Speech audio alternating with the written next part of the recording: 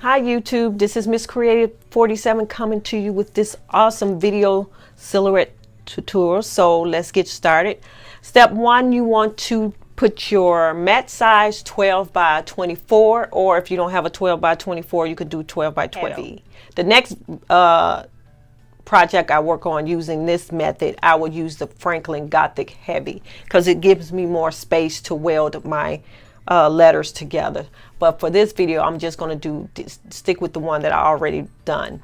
So if you can see here that I already started doing my letters, and it's going to be happy birthday, and you can see that I mirrored the image on top of the bottom image, and then I put perforated lines on it and able to fold it over. I use this cording right here that I bought from Joann's Fabric, and I use this to tie my word banner on the wall, or I'll use it to tie it in front of the treat table.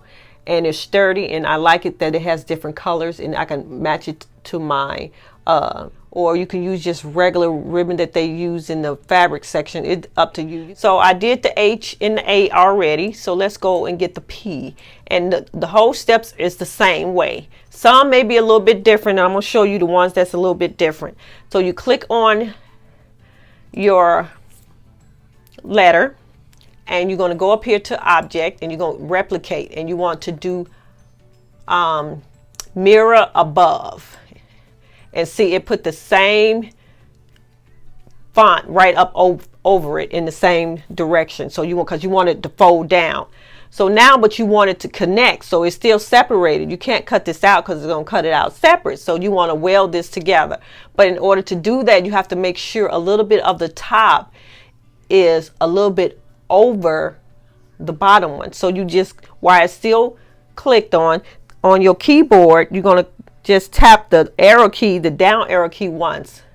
And that's all you need. Now you're going to group it all together. You're going to go down to the bottom left. Right down here where you see this gray box, it has a square and it has a circle on the outside of it, like touching, like it's welding together. That's the button you want to click. And now my two P's are welded together.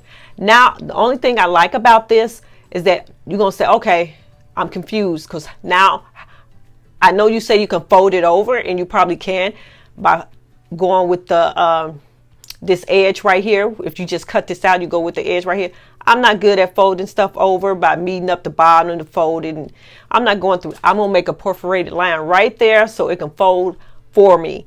So we're going to go up here and get a line. Go up here to your left right here. Just say draw a line.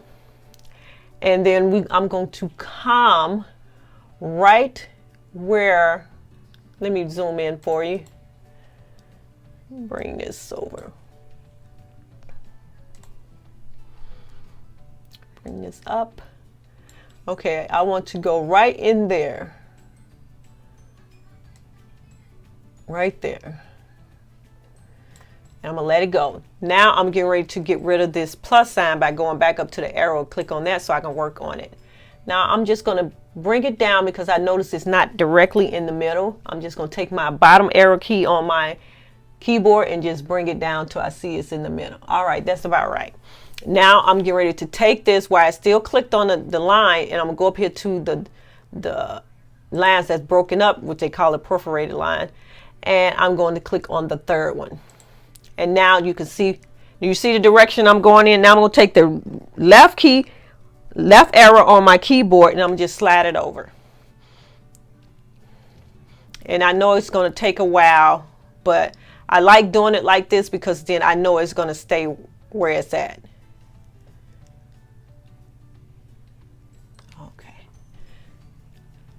Now I see I could probably come down just a tab back up, and then I'm going to stretch it out just to kind of meet that a little bit, but not going too far, because I don't want it to break away from and make it in two pieces. So you just want to barely go near that. You want to leave some space where it don't hit, and you'll still have it closed up. And I can bring this just a little bit this way. Okay, I'm going to zoom out. Zoom out some more. One more time. And now I'm gonna group it together. And you group it together and you go at the bottom left and you just click group, and now the perforated line is with that. Now when you're cutting this, you got to make sure we go up here to the right, top right, the one it say cut setting. You see a little knife here.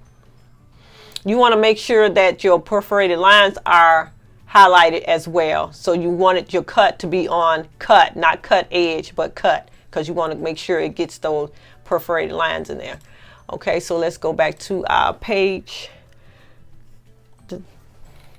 Okay, so we got the P. Now I'm gonna show you something a little bit different.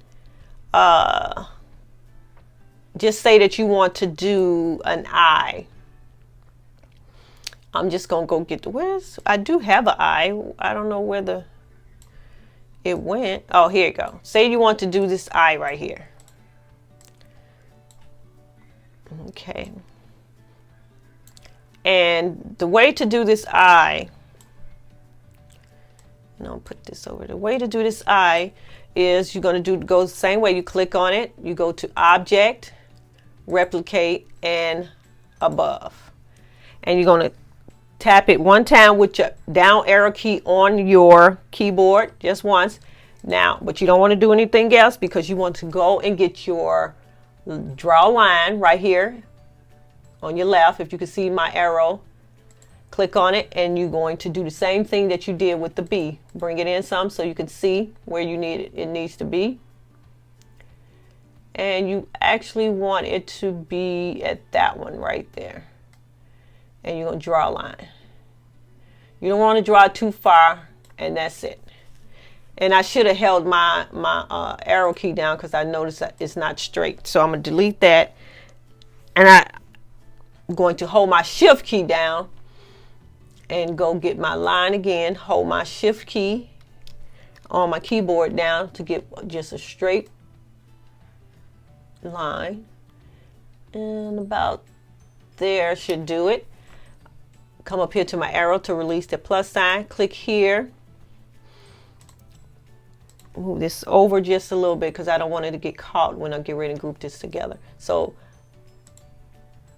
we're going to group the eyes together. Well, we're going to weld it. So now I don't have a spot where I can see, okay, I want my ones to be even. And you can even it from when you fold it over and you can match it with that one, but I don't feel like doing that. So that's why I use this method. So I take that, I click on that line, I go to my perforated, click on the third one, and I take my left arrow on my keyboard and just slide it on over. And I know it's in that spot. Oops, went too fast. Okay, and now you have it, you group it all together, and there you go. So when you get ready, when you cut it out, it's going to cut out around it, and it's going to do the little cut of the perforated lines, and then you fold it over your string on the wall and you have your banner. Now if you have any questions about any other letters that's giving you problems, let me know and I will try to do it for you. But I didn't want to sit up here and do every letter of the alphabet or what I'm doing, so you can see what I'm talking about. I hope this tutorial give you enough information where you know how to do it yourself. So until the next video, I'll see you soon.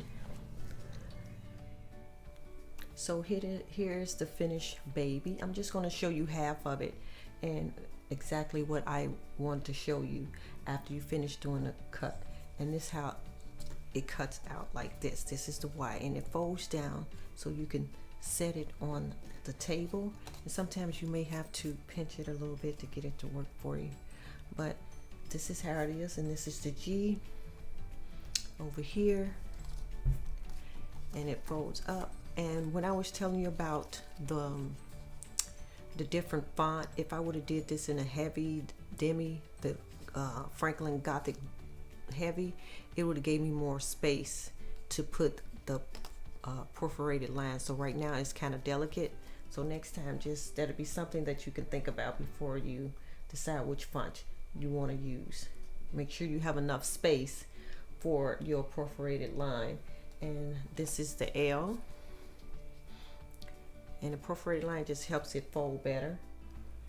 So here you go. This is the finished project, and I hope you like it. Until then, I'll see you in the next video.